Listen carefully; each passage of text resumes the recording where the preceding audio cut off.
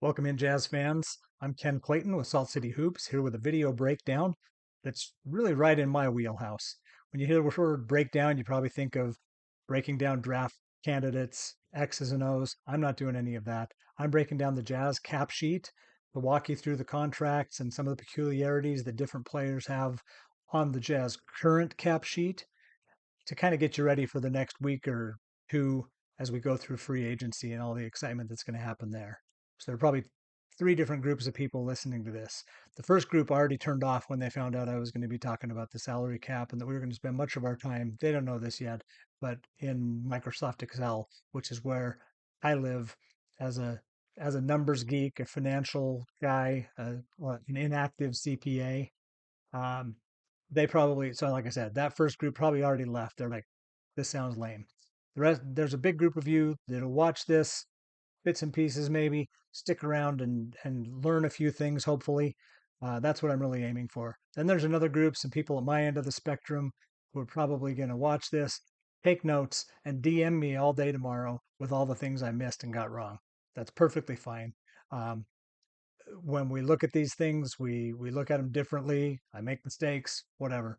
But let's just go ahead and jump right in to the Utah Jazz cap sheet for the upcoming season.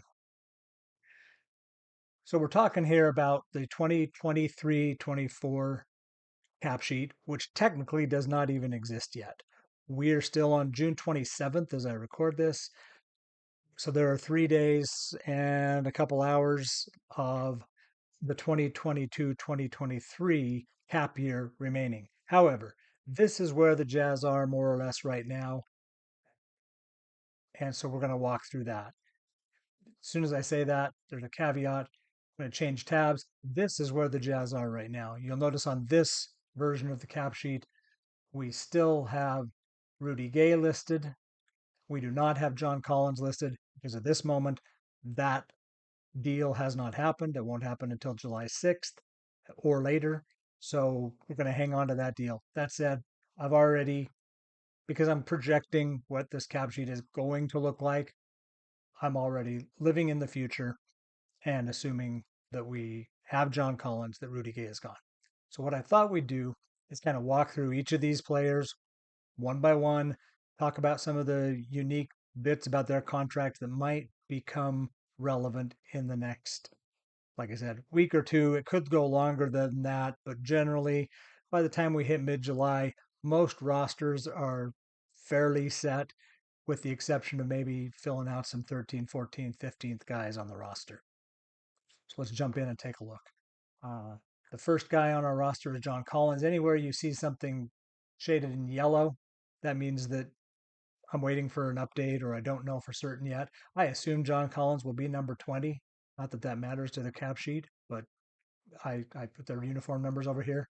But I haven't heard that for sure yet. Obviously, the team can't comment on that because the trade isn't final yet. Also, the people who are in green are new to the roster this upcoming year. So, John Collins, you've probably heard a little bit about his 3 year, $78 million on his contract. Um, I think most people would agree that for today and for how he's played the last couple of years, he's a little overpaid. But in general, he was a guy the Jazz were able to bring in for almost nothing on the upfront cost, which was great.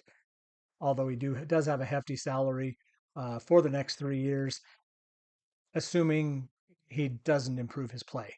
Obviously, the Jazz hope is they're going to bring him in and kind of have a renaissance, maybe back to how he was playing in the 2019 to 2020 season, which was absolutely his best season that he's had. Hopefully that happens. The first kind of unique thing about his contract, or not that unique, but the first thing to point out about his contract is that his the next 2 years are fully guaranteed. The third year is also fully guaranteed, but it also has a player option.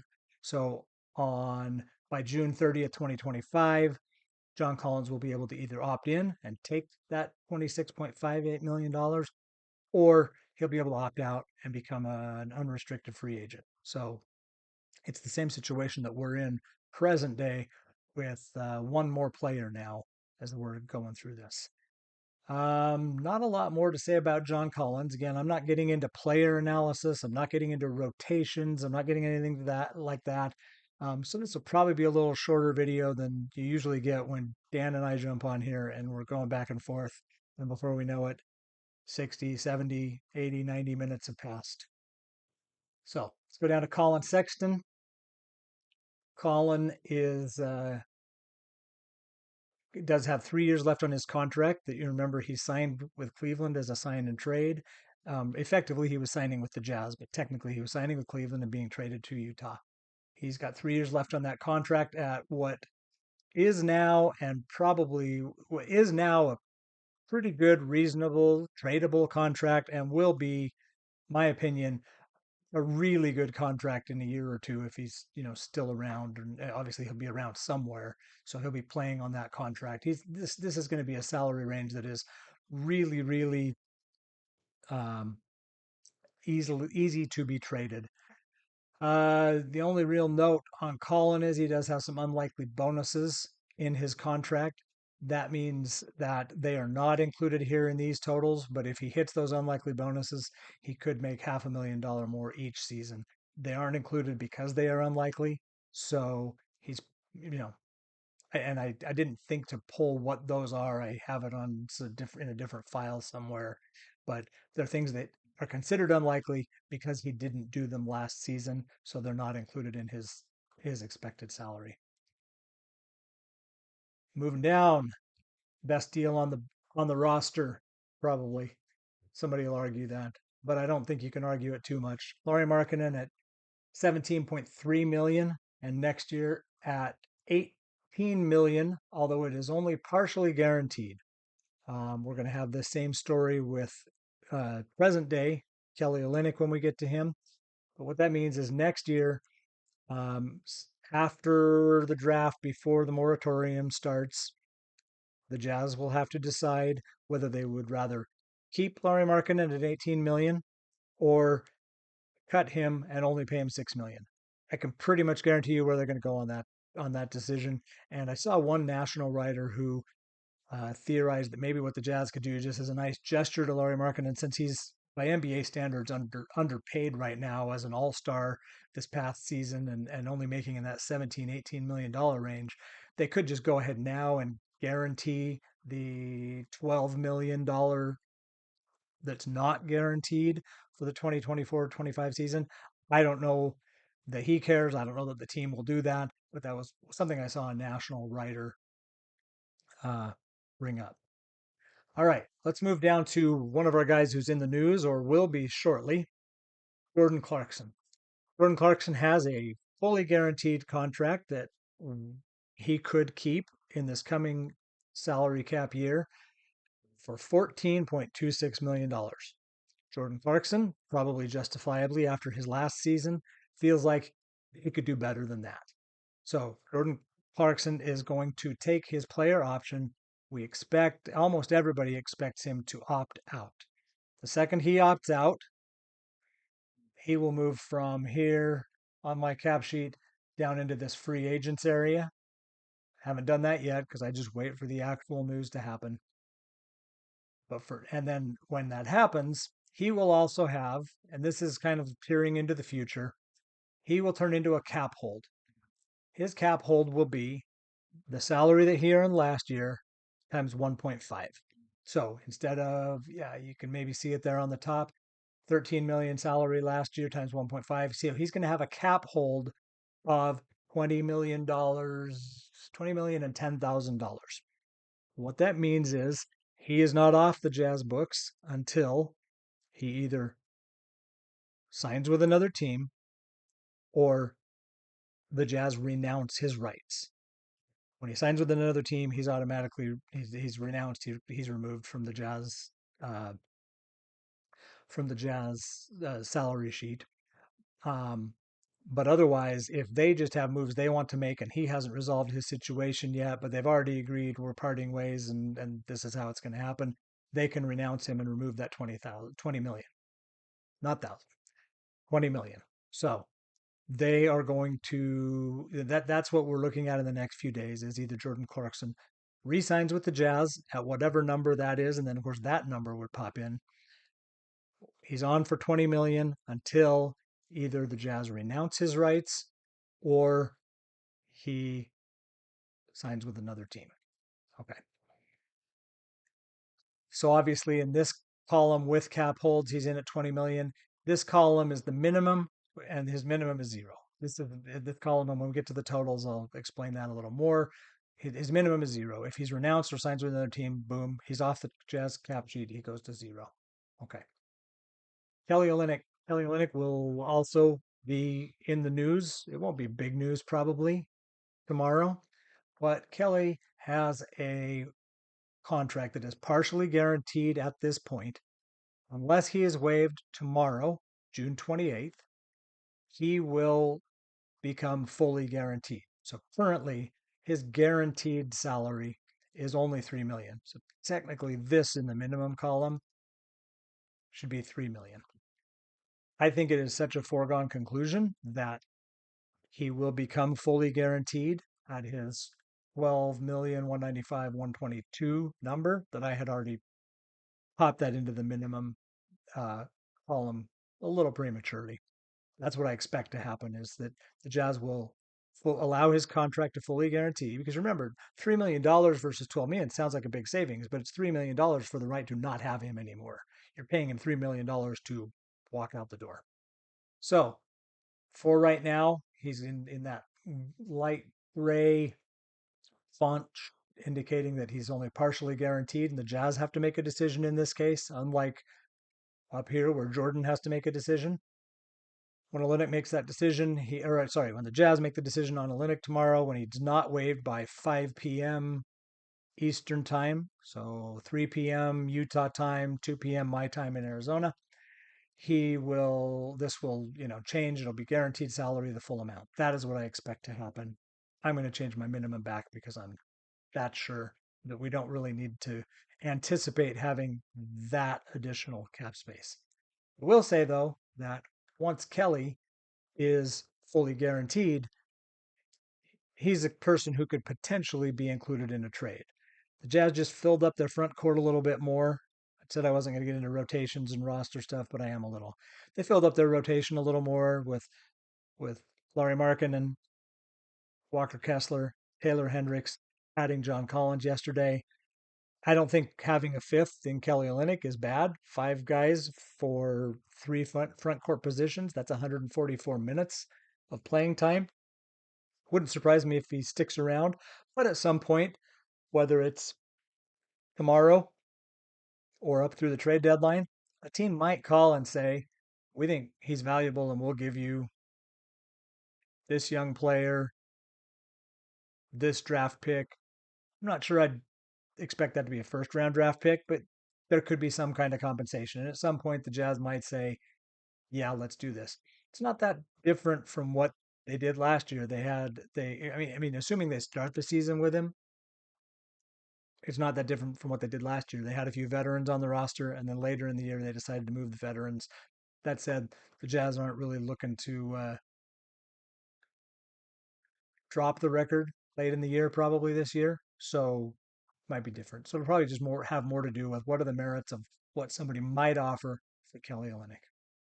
And going back to Jordan Clarkson, let me also add that he also wants, if he were to opt in or if he were to opt out and re-sign with the Jazz, which is a possibility, he also, after a waiting period in that second case, would be a tradable asset and theoretically could be traded, although he would need to wait until at least December 15th before that could happen. So he'd be around for a while if he chose to re-sign with the Jazz and if the Jazz chose to re-sign him. All right. Talen Horton-Tucker was literally in the news as I was getting ready to record this. Talen Horton-Tucker, until a couple of hours ago, looked just like Jordan Clarkson.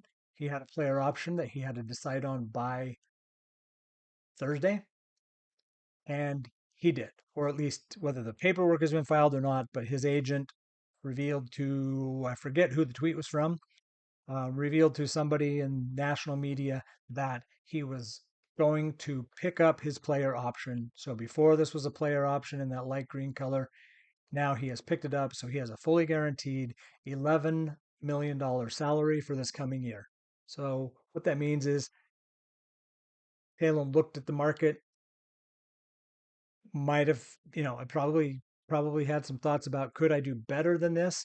Maybe not in the gross number, but maybe he could have opted out and gotten a 3 or 4 year deal somewhere. At any rate, whatever his decision making process was and whatever the market was telling him, he decided that his best bet was to stay here in Utah or on a contract that is currently owned by Utah for $11 million and go from there. So, like Olynyk, like Clarkson, if he re-signed, were to re-sign with the Jazz, Talen Horton-Tucker is also a tradable asset. Unlike Jordan Clarkson, though, Jordan Clarkson would have a waiting period.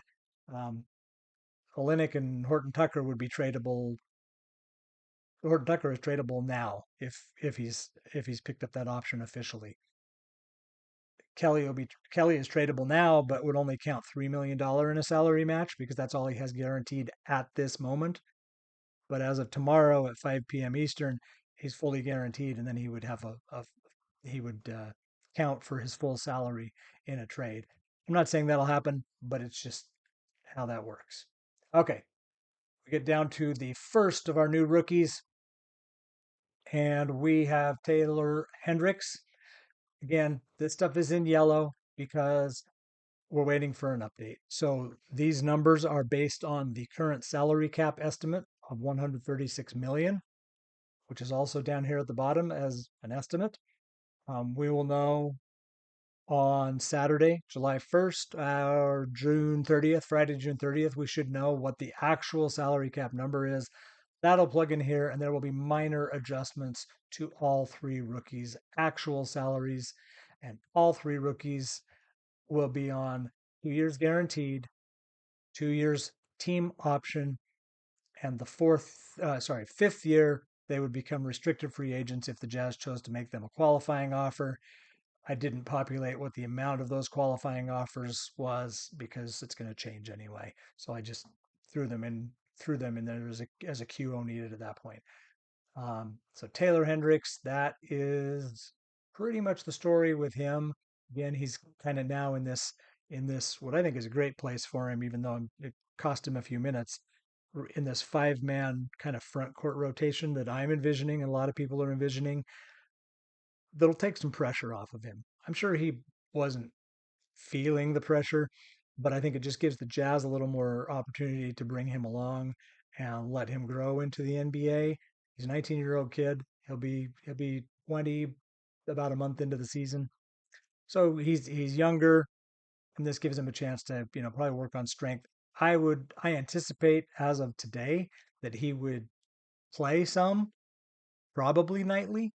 Um, but now he's not probably needed for a 30-minute a night type role, which I think is okay. Ochai Abaji, he's in the same situation at 1 year accelerated as these other rookies I've talked about. He's got this year fully guaranteed.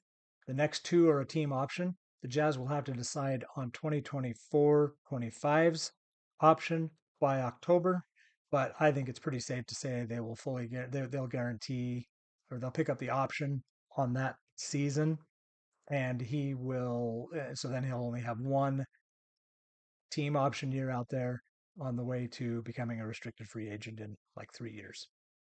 Um, Not a lot more there. Keontae George, same situation exactly as Taylor Hendricks, just a slightly lower salary number because he was the 16th pick, not the ninth pick.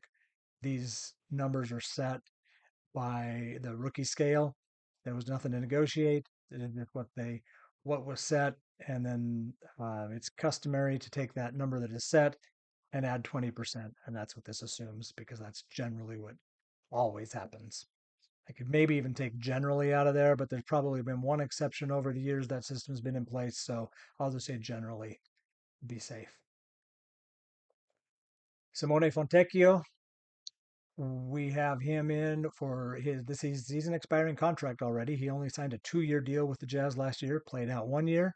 Now he's on for actually a slight declining salary because I think he was at 3.2 million last year. Don't have that on this sheet. Now he's at 3 million and just a little change, but not quite enough to call it 3.1. So he is back with the Jazz this year, unless a trade changes that or a waiver. I don't expect a waiver, but anything can happen in the NBA. So he's going to be on the roster. This will be he's like I said, an expiring contract at this point. He's on the last year of his contract. The Jazz would have the opportunity next year to make him a qualifying offer for 3.8 million that he could either pick up or negotiate or go out on the market, try to get an offer sheet and have something, and then bring it back to the Jazz to see if they want to match. We don't need to belabor that too much because we're talking about something that may or may not happen in 12 months. Walker Kessler is in the same exact situation as Agbaji, and he will probably certainly have the same uh, result in October. The Jazz will guarantee or pick up the option on his 2024-25 salary. In a year from October, they will most likely pick up the next year's salary. With what he's shown so far, there's no reason to think that he won't be around. Aside from having a really good rookie season, especially the second half of the season, um, he just seems like he's a lot of fun to be around.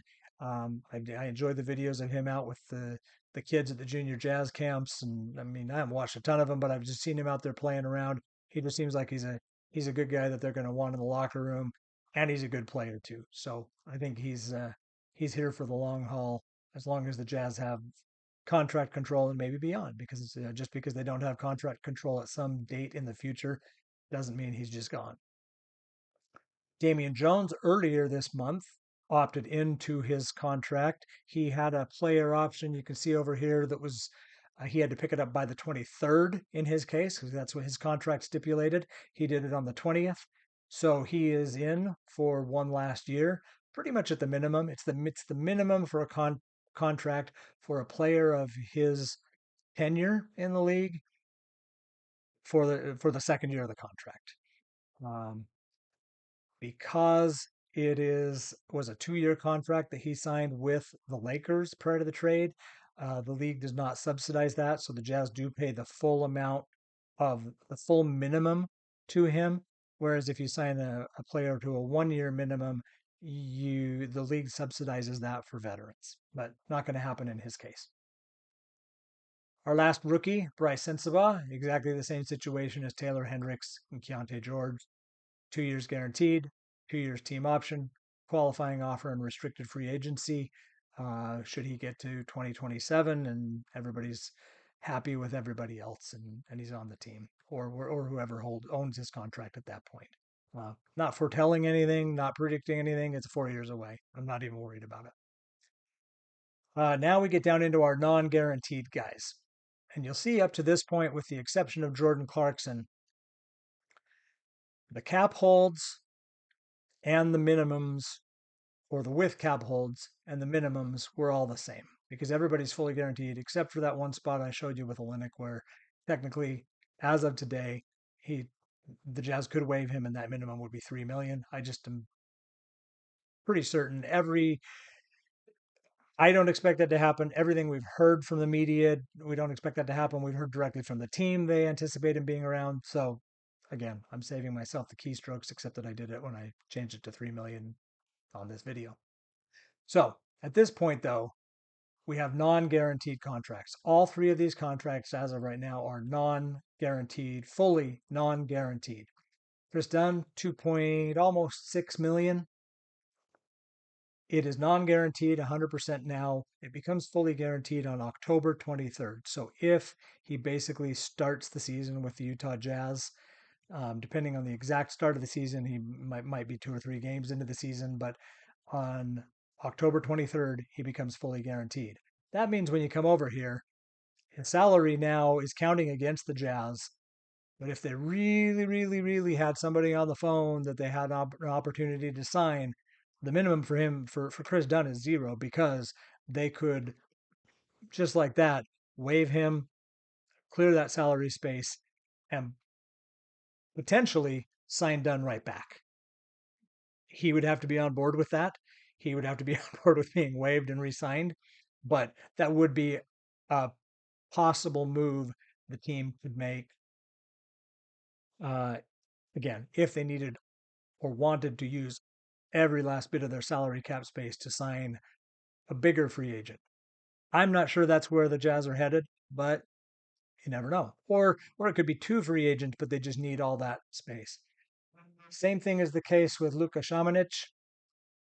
He does guarantee a little earlier, but until July 18th, he has no salary guaranteed. Then he guarantees a little more July 18th, a little more October 23rd, and then he becomes fully guaranteed on January 10th, the date when all contracts in the NBA become fully guaranteed for the rest of the season, unless they're 10-day contracts.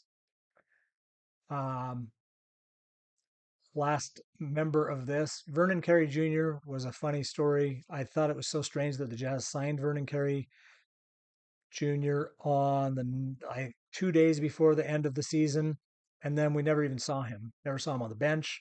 Never saw anything about him.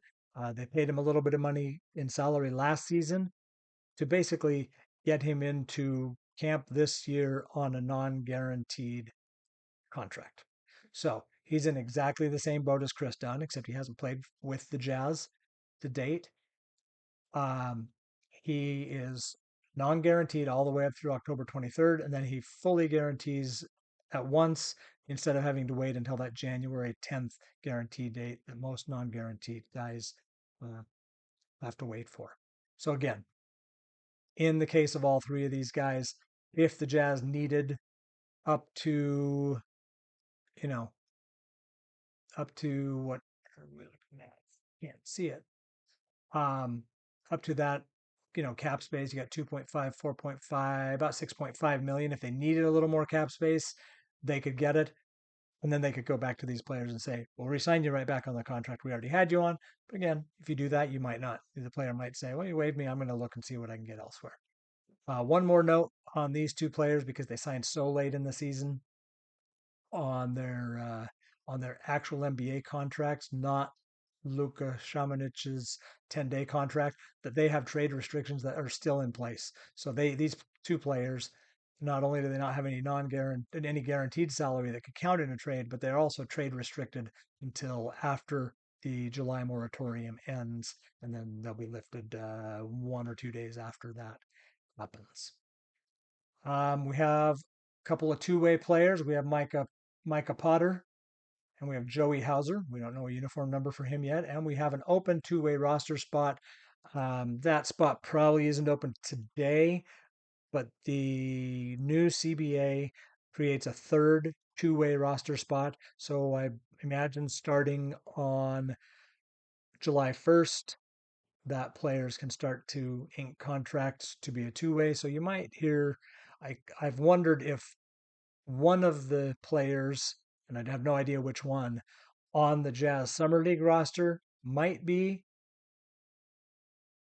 ready to sign a two-way contract, or the Jazz might be holding that one and wait till Summer League passes to decide who deserves it more. Or they could wait all the way to training camp and give it to the person who really, pops in training camp. As far as I know, the Jazz have just signed one Exhibit 10 contract.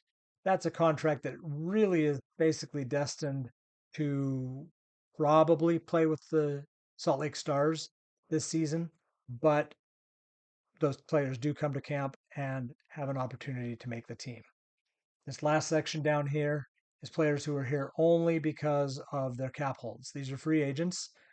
They do not have a contract with the Jazz right now, but to maintain their free agency rights, they have a cap hold to just reserve a spot for them should the Jazz choose to re-sign them. Udoka Azubuike, Juan Toscano Anderson, Johnny Juzang, and name from the past, Hassan Whiteside still has a cap hold with the Jazz. Last summer, the Jazz didn't need the cap space. They never renounced the rights to Hassan Whiteside. I will tell you, in order to make the John Collins deal, the Jazz are going to right off the bat basically need to clear a cap space, and those are the first. That's the first place it's probably going to come from. They may not need it 100%, depending on what happens with Jordan Clarkson during the moratorium. So there'll be a little. They might not have to clear the space. That said, I don't really expect that there's a big desire to bring any of these guys back. I mean, maybe Johnny Juzang. I don't think he played terribly for a two-way guy, but it's not something I'm really anticipating either. So at the end of the day, the Jazz have $128 million in committed salary. That does count the non-guaranteed salaries for those three players, and for this moment, the non-guaranteed salary for Kelly Olynyk, which gives them $7 million in cap space. But it's not that easy. It's not that clean. When you look at cap space, you're actually looking at with the cap holds still involved. And so with those cap holds, the Jazz have more cap space or more contracts than the salary cap limit. They are over the cap, including the cap holds, which is why what you'll probably see on July 6th, whatever day that is next week, you will see them clear these salaries. Something will have been resolved with Jordan Clarkson, and they'll do the trade to bring in. They'll do the trade to bring in John Collins. Um, I just realized John Collins is already on here, so he's already kind of fitting in, but they'll have to clear some of this space at least in order to actually do the trade in that moment. So the minimum shows you what the most salary cap space is that the Jazz could get with the decisions that are still out there. If Jordan Clarkson opts out and the team and Jordan part ways, that comes in at zero. The Jazz, as I mentioned, could clear these three players' salaries by waiving them. No guaranteed money. They're just off the books at zero. And again, assuming that Olynyk is staying at his full salary, the Jazz could get to $28.4 million of salary. They will need to spend roughly, at the very least, 15 million of that because they need to get up to the salary floor by the start of the year. The salary floor is 90% of the 136 million cap or whatever that comes in at. So it's about 100 and let's see, if that's the exact number, we'd be looking at 122,400,000. The Jazz would have to get up to by the start of the season. That's a change from the rules in past CBAs where you've just had to get to that by basically the end of the year, or you share the difference between what the salary you're paying and what you are and and the salary floor, sorry, you distribute that among your players who actually played for you. So everybody gets a nice little raise, a little bonus at the end of the year. That's not going to be happening going forward because teams are going to be required to get to the salary floor to start the season.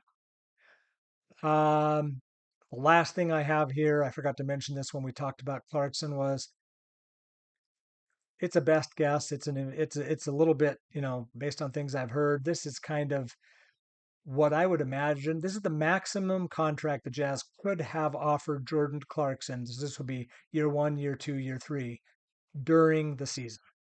They could have offered him a contract extension, which would have involved him opting out of this year and then signing on for a 20% raise over last year's salary, with then 8% raises on that.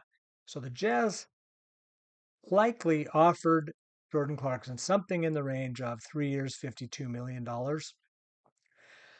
And what Jordan is said to be looking for is a $20 million a year salary.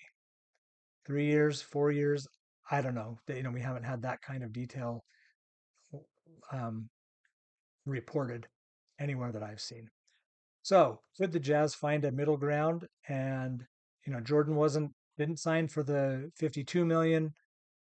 The Jazz couldn't at the time go to 20 million a year, so 60 million over 3 years.